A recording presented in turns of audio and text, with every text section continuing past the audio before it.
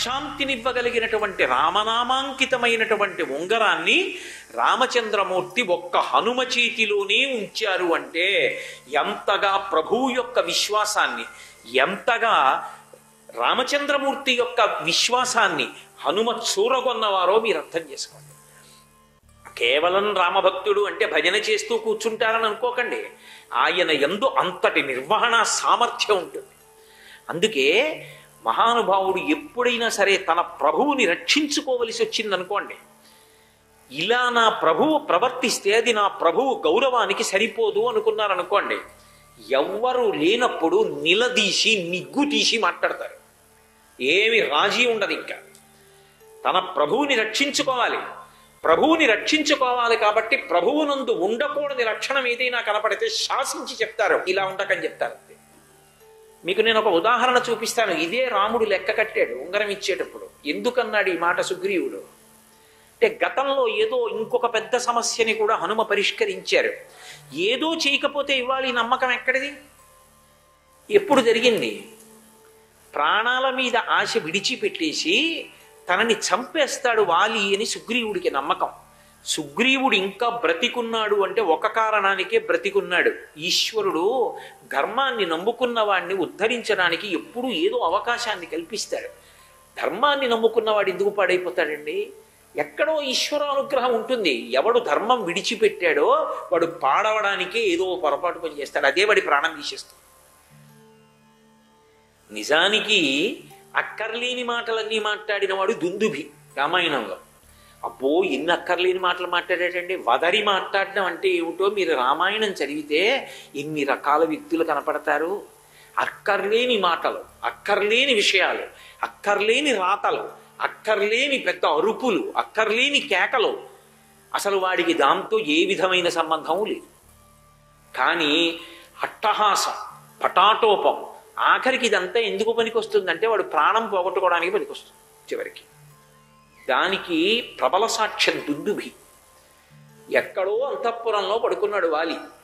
అక్కడికి వెళ్ళాడు, పెద్దగా యుద్ధానికి పిలిచాడు.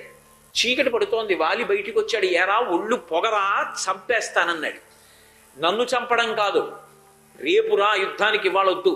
నీ కిష్కింధా పట్టణాన్ని బాగా చూసుకో, నీ వాళ్ళందరికీ వీడ్కోలు చెప్పు, నీ మిత్రులందరినీ కలుసుకో, నీ బిడ్డలందరినీ కౌగిలించుకో, రేపురా చంపేస్తానన్నాడు.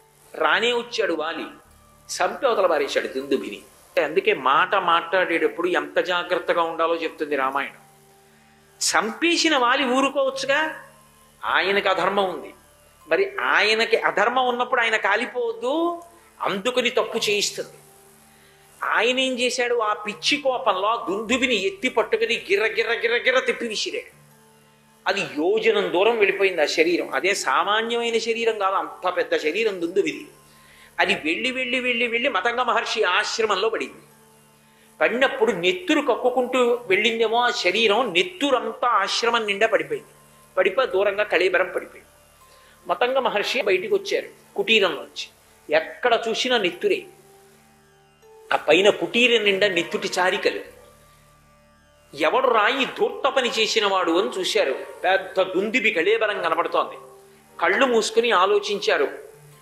తపోనిష్టాగరిష్ఠులైనటువంటి వ్యక్తులకు బాహ్యనేత్రం మూస్తే జరిగినది, జరుగుతున్నది, జరగబోయేది తెలుస్తాయి. గమనించారు. వాలి ఒంట్లో శక్తి ఉంది కదా అని ముందు వెనకలు ఆలోచించకుండా దుందిబి కళేబరాన్ని విసిరాడు. ఆ కళేబరం నెత్తురోడుతూ వచ్చి పడింది. ఆశ్రమ ప్రాంగణం అంతటా నెత్తురు పడింది. మహర్షి అన్నారు, ఇక పైన ఒకరోజే గడువిస్తున్నాను. ఒక రోజు లోపల వానరులందరూ విడిచిపెట్టి వెళ్ళిపోవాలి. పోన్లే వానరులు కదా అని ఊరుకున్నాను. ఇక్కడ అంకురములు, చెట్లు, మొక్కలు, పళ్ళు, కాయలు అన్నీ పాడు చేస్తున్నారు.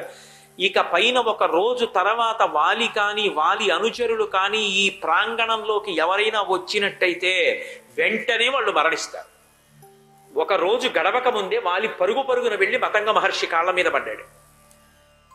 అది అతిగా మాట్లాడడం, తక్కువ మాట్లాడడం ఎంత తేడా ఉంటుందో చూపిస్తారు మహర్షి. ఆయన క్షమించాలనుకోవట్లేదు మతంగ మహర్షి. ఆయన ఏం మాట్లాడలేదు.